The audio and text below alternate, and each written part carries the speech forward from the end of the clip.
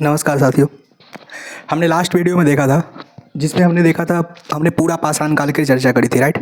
आपको ध्यान होगा पूरा पाषाण काल में हमने तीन चीज़ें बहुत महत्वपूर्ण देखी थी। पहला हमने देखा था उसके तीन पार्ट हमने पूरा पाषाण के बांटे थे। क्या क्या? पेलियोलिथिक उसको अंग्रेजी में बोलते हैं। पहला हमने बांटा था निम्न पूरा पाषाण काल, मध्य पूरा पाषाण काल और उच्च पूरा पाषाण काल। Lower palaeolithic, middle palaeolithic and upper palaeolithic. हमने कुछ लोकेशंस याद करी थी। पहलगाम घाटी जम्मू कश्मीर, है ना। उसके बाद नर्मदा घाटी साउथ में मध्य प्रदेश के पास। फिर हमने भीमबेटका देखा था। फिर हमने देखा था हिरण्य घाटी गुजरात में देखा था, है ना। कोटलाया नदी घाटी वहाँ पे हमने पयमपल्ली नाम का स्थान देखा था, ठीक है। ऐसे हमने फिर देखा था हमने उसी पे हमने कुछ लोकेशंस और भी देखे थे, वहीं पे आपको ध्यान होगा। तो पिछले लेक्चर्स में हम उतना करता। आप लोगों ने पिछले लेक्चर्स में थोड़ा सा मेरे पास वो मार्कर काम नहीं कर रहा था और सुबह के 4 बज रहे थे तो मैं मार्कर नहीं ला सकता था उस समय।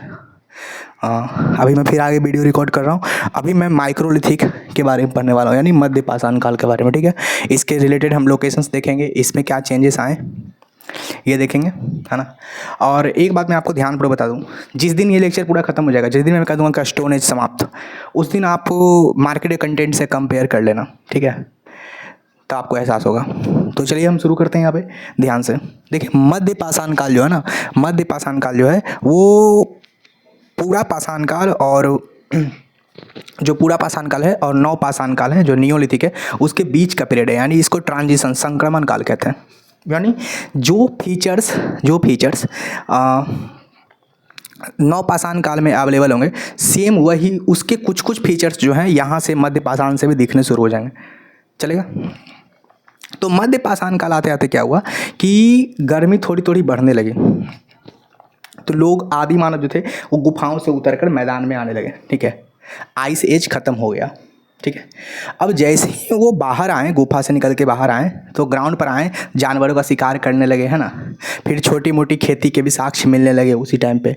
फिर वो जब ग्राउंड पर आए तो रहने के लिए पहाड़ नहीं तो उनको झोपड़ी चाहिए था, तो थोड़ा बहुत झोपड़ी बनाना भी उन्होंने शुरू करा, है ना। अब जब ग्राउंड पर आए तो उनके पास जो औजार थे, अब ग्राउंड पर क्या है उनको खाने के लिए, अब शिकार के लिए मछली भी चाहिए था, क्योंकि मछली पानी में था और पानी वहाँ पे सब जगह नदी घाटी में थी, तो उनको मछली मारने के लिए सीखना पड़ता, है ना। तो मछली का शिकार करना उन्होंने सीखा, मछली पकड़ना सीखा उन्होंने, है ना। आग की खोज में बताया कि उच्च पूरा पाषाण काल से हो गई है, बट अभी उतना अच्छे से यूज हो नहीं रहा था उस समय। अब मध्य पाषाण काल से थोड़ा व्यापक पैमाने पर शुरू होगा उसका प्रयोग। तो आपको ये चीज़ें बेसिक समझ में आ गई कि हमने क्या क्या चेंजेस देखे। फिर अधिशेष उत्पादन जो है मध्य पाषाण काल में बहुत होने लगा, मतलब कि जो खाना था फूड जो है स्टोरेज होने लगा, है ना। मतलब ज़रूरत से ज़्यादा खाना का इकट्ठा आदि मानव ने करना शुरू कर लिया, चलेगा। तो यहाँ तक हमने ये तमाम चीज़ें देखी, राइट। अब हम आगे बढ़ने की कोशिश करते हैं और देखते हैं कि मध्य पाषाण काल में जो लोगों का, जो पहले देखेंगे जीवन कैसा था, ठीक है। मध्य पाषाण काल में लोगों का जीवन कैसा था। तो मध्य पाषाण काल आते आते लोगों ने जो सबसे पहला शुरू किया, हमने बताया कि यहाँ पे लोग जो है वो मैदान में उतरने लगे थे, मतलब कि अपना पहाड़ एरिया छोड़ चुके थे।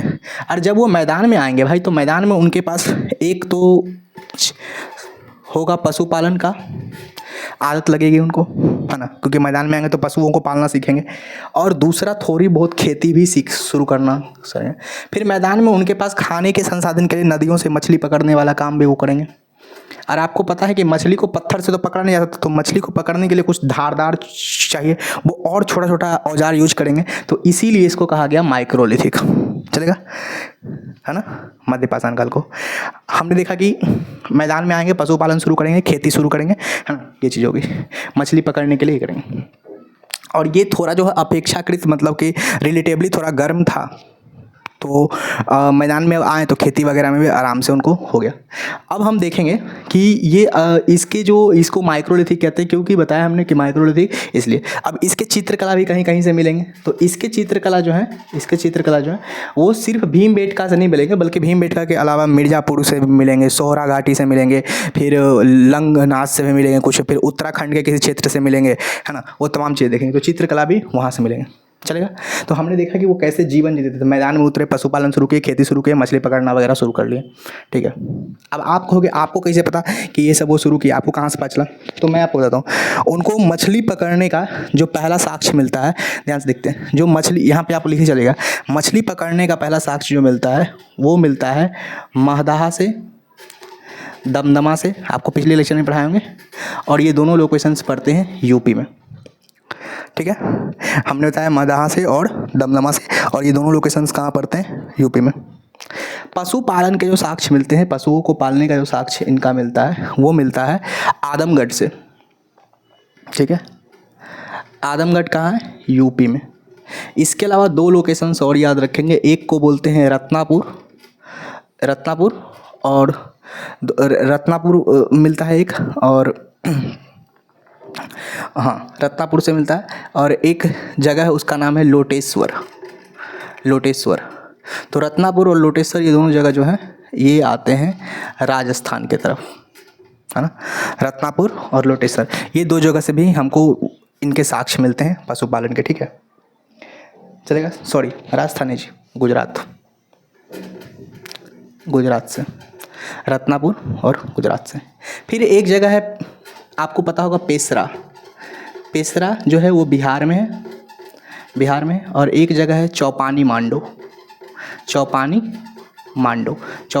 कहाँ है? यूपी में। तो पेसरा बिहार और चौपानी मांडो से खेती के साक्ष्य मिलते हैं। चलेगा, खेती के साक्ष्य मिलते हैं। और एक जगह है उसका नाम है, अब वहाँ पे आए तो उन्होंने झोपड़ी बना के भी रहना शुरू कर दिया। तो झोपड़ी के साक्ष्य जो मेरे को मिलते हैं वो मिलते हैं, झोपड़ी के साक्ष्य जो मेरे को मिलते हैं इस काल में वो मिलते हैं, झोपड़ी के साक्ष्य जो मिलते हैं वो मिलते हैं तिलवारा से। आप एकदम वेट करिए, मैं जस्ट याद कराऊंगा आपको। तिलवारा से मिलते, तिलवारा कहाँ है? राजस्थान में, हाँ तिलवारा से मिलते हैं राजस्थान में। ठीक है, उसी तरह एक लोकेशन और आप याद रखते हैं, बीरभानपुर कहाँ पे? पश्चिम बंगाल में। वहाँ से भी साक्ष्य मिलते हैं पशुपालन के भी, और बाद में जाके वहाँ पे रहने का साक्ष्य मिलता है। ठीक है, मतलब घर बनाने का साक्ष्य मिलता है, झोपड़ी जैसा। ठीक है, तो वो कहाँ पे जगह? बीरभानपुर। तो हमने इतना लोकेशंस याद करा, फिर से एक बार रिवीजन करते हैं ताकि झट से याद हो जाए। देखो, हमने बताया कि मध्य पाषाण काल में जो हमारा चीज़ शुरू हुआ उसमें सबसे बड़ी चीज़ थी कि थोड़ी थोड़ी खेती शुरू होने लगी, फिर लोगों ने पालन करना सीखा, है ना। अधिशेष से उत्पादन हो गया, मौसम गर्म हो गया, तो फिर बाहर मैदान में आए तो झोपड़ी बनाने के लिए भी सीखा, ठीक है। फिर उनके पिक्चर्स भी और ज़्यादा मतलब कि सिंथेटिक होने लगे, उसमें अच्छा कलरफुल आने लगा, पतले पतले पिक्चर्स बनने लगे। फिर हमने बताया माइक्रोलिथिक हो गए, छोटे छोटे औजार बनाने लगे, मछली पकड़ने लगे। माइक्रोलिथिक का सबसे बड़ा जो प्रमाण मिलता है वो मिलता है बागौर से। बागौर कहाँ है? नागौर और बागौर दो जिला है। बागौर है राजस्थान में, बागौर कहाँ है? राजस्थान में। आइए फिर से एक बार सब लोकेशंस अच्छे से याद करवाते हैं आपको। बागौर से क्या मिला है? बागौर से मिला है माइक्रोलिथिक, पशुपालन का साक्ष्य कहाँ है? ये राजस्थान है। बागौर कहाँ है? राजस्थान में। फिर हमने बताया झोपड़ी का साक्ष्य कहाँ? झोपड़ी का साक्ष्य कहाँ से मिला है? तो वो मिला है मेरे को तिलवारा से। तिलवारा कहाँ पे? राजस्थान में। उसके अलावा एक जगह और है, चौपानी मांडो से भी मिला है झोपड़ी का साक्ष्य। ठीक है, फिर महदाहा और दमदमा से मछली पकड़ने का साक्ष्य मिला है। कहाँ है ये? यूपी में। चौपानी मांडो कहाँ है? यूपी में। पेसरा कहाँ है? बिहार में। रत्नापुर और लोटेश्वर नाम का एक जगह है, रत्नापुर और लोटेश्वर नाम का जो जगह है वहाँ से खेती के साक्ष्य मिले हैं, रत्नापुर और लोटेश्वर से। ये रत्नापुर और लोटेश्वर ये दोनों जगह कहाँ पे है? ये जगह है दोनों गुजरात में। ठीक है, चलेगा। और एक जगह लास्ट है, उसका नाम है, आप याद रख सकते, संगन कल्लू कहाँ पे है? संगन कल्लू साउथ में, डीप साउथ में। कहाँ पे? कर्नाटक के पास। आपको याद नहीं हुआ होगा, मैं एक बार फिर कोशिश करता हूँ, मिटा के एक बार फिर से दिखाता हूँ आपको। देखो, मैंने आपको बताया कि ये माइक्रोलिथिक था, छोटे छोटे औजार से बने थे, इसी को माइक्रोलिथिक कहते हैं। ठीक है, फिर हमने बताया आपको कि इस समय जीवन काल कैसे थे, पशुपालन शुरू हो गए, खेती शुरू हो गई, मछली पकड़ के खाते थे, गांव में रहते थे, मतलब कि छोटे छोटे, मतलब गांव नहीं पता कैसे, छोटे छोटे झोपड़ी बना के रहना शुरू कर दिए थे।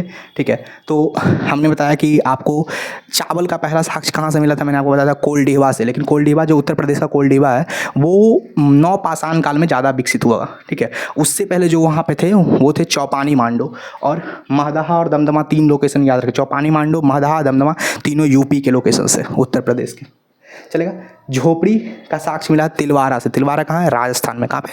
राजस्थान में तिलवारा। ठीक है। फिर है रत्नापुर और लोटेश्वर, यहाँ से भी झोपड़ी का साक्ष्य मिला है। ये कहाँ पे है? गुजरात में। रत्नापुर, लोटेश्वर और तिलवारा, तीन गुजरात है। रत्नापुर लोटेश्वर है गुजरात में और उसके नीचे राजस्थान। राजस्थान में क्या है? रत्नापुर लोटेश्वर गुजरात में और राजस्थान में तिलवारा। क्या है वहाँ पे? तिलवारा। चलेगा। फिर है आदमगढ़। आदमगढ़ क्या है? यूपी। वहाँ से भी खेती के साक्ष्य मिले। बस आपको यही याद रखना, पेशरा बिहार में याद रखना। ठीक है। तो हमने आपको ये बताया चित्रकला जो इसके लिए कहाँ कहाँ से मिले। तो चित्रकला के लिए सबसे पहला 2 लोकेशन, भीमबेटका तो मध्य प्रदेश का, वो तो रहेगा ही, वो तो कभी नहीं ख़त्म होगा। मध्य प्रदेश का भीमबेटका जो, वो तो कभी ख़त्म ही नहीं होगा, उस पर तो हमेशा रहेगा ही। ठीक है। देखिएगा यहाँ पे जो चित्रकला के साक्ष्य मिले हैं वो मिले हैं मेरे को भीमबेटका से। ठीक है। मध्य प्रदेश के भीमबेटका से। चलिए तो हम थोड़ा सा देख लेंगे यहाँ पे चित्रकला। जो चित्रकला है एक तो मिला है भीमबेटका से। भीमबेटका कहाँ पे? मध्य प्रदेश में। और इस भीमबेटका की जो खोज करी है एक व्यक्ति थे, उनका नाम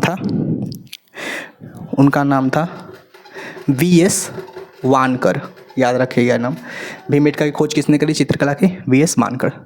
दूसरा जो चित्रकला मिला है वो मिला है मिर्ज़ापुर से। मिर्ज़ापुर कहाँ है? उत्तर प्रदेश। वही कालीन भैया वाला मिर्ज़ापुर से। ठीक है। फिर उसके बाद जो तीसरा चित्रकला मेरे को मिला है वो मिला है लखुदियार से। लखुदियार गुफा जो है, लखुदियार गुफा कहाँ है? उत्तराखंड में। उत्तराखंड में। बस 3 लोकेशन याद रखिए चित्रकला के लिए। पहला भीमबेटका मध्य प्रदेश में, V.S. वानकर ने इसकी खोज करी। दूसरा मिर्ज़ापुर, इसकी खोज उत्तर प्रदेश में हुई है। फिर लखुदियार गुफा उत्तराखंड में। 3 जगह से। तो उम्मीद है आपको माइक्रोलिथिक समझ में आएगा। फिर से समझाते हैं माइक्रोलिथिक में क्या क्या था। माइक्रोलिथिक से नोट्स में प्रिंटेड दे दूँगा। माइक्रोलिथिक में सबसे पहला चीज़ था कि यहाँ पे ये चीज़ थी, खेती शुरू हो गई हल्का हल्का, पशुपालन व्यापक पैमाने पर है। सबसे बड़ा साक्ष्य बागोर से। माइक्रोलिथिक कहा जाता है, छोटे छोटे औजार बनाने लगे। मछली पकड़ने का यहाँ पे मतलब कि प्रमाण मिलता है ना। चलेगा। फिर आग का प्रमाण तो आपको हुंसी के बारे में बताए थे पिछले क्लास में, वहीं पे मिल गया था डीप साउथ में, है ना। तो उम्मीद है आपको ये चीज़ समझ में आ गई। चित्रकला कहाँ कहाँ से मिले? भीमबेटका मध्य प्रदेश, V.S. वानकर ने इसकी खोज करी। फिर हमने मिर्ज़ापुर बताया उत्तर प्रदेश में, और लखुदियार गुफा जो है उत्तराखंड में। ये 3 जगह से हमें ये मिला। ठीक है। फिर हमने लोकेशंस देख लिया। आदमगढ़, आदमगढ़ कहाँ है? फिर आप ये लोकेशन याद रखिए, आदमगढ़, लोटेश्वर, रत्नापुर, संगनकुल्लू कर्नाटका में, तिलवारा राजस्थान में, बीरभानपुर पश्चिम बंगाल में, पेशरा और चौपानी मांडू, पेशरा बिहार में है, चौपानी मांडू कहाँ है? उत्तर प्रदेश में। लंघनाज और मिर्ज़ापुर से मृतभांड का साक्ष्य मिला, मतलब कि पोर्ट का, घड़ा का। कहाँ से? लंघनाज और मिर्ज़ापुर। कहाँ पे है ये? लंघनाज गुजरात में है। अब मिर्ज़ापुर तो जानते ही हो, मिर्ज़ापुर कालीन भैया वाला, वहाँ से। अब बागोर राजस्थान में, यहाँ से सबसे बड़ा माइक्रोलिथिक मिला, मतलब पूरा फैक्ट्री जैसा लग रहा था माइक्रोलिथिक का। और बागोर से पशुपालन का भी साक्ष्य मिला। उम्मीद है आपको याद होगा। फिर से एक बार प्लेस याद कर दो, क्योंकि इस चैप्टर में याद करने वाला ज़्यादा चीज़ है। कंसेप्ट तो बस छोटा मोटा ही था, मगर ज़्यादा याद है। अच्छा, इसका टाइम पीरियड क्या था ना? 10,000 BC 6,000 BC। इसके बाद हम प्रवेश करेंगे नवपाषाण काल में। उसके बाद ये चैप्टर का लास्ट, अभी एक वीडियो और आएगा, वो एक लास्ट बार। आदमगढ़, लोटेश्वर, रत्नापुर, संगनकल्लू, तिलवारा, वीरभानपुर, पेशरा, चौपानी मांडू, लंघनाज, मिर्ज़ापुर, बागौर। फिर यहाँ पे भीमबेटका हमने देखा, मिर्ज़ापुर देखा, लखुदियार गुफा देखा, फिर V.S. वानकर का नाम देखा। इतने सारे फैक्ट्स है इसमें। उम्मीद है आपको समझ में आ गया हो। अब हम आगे क्लास कंटिन्यू करेंगे।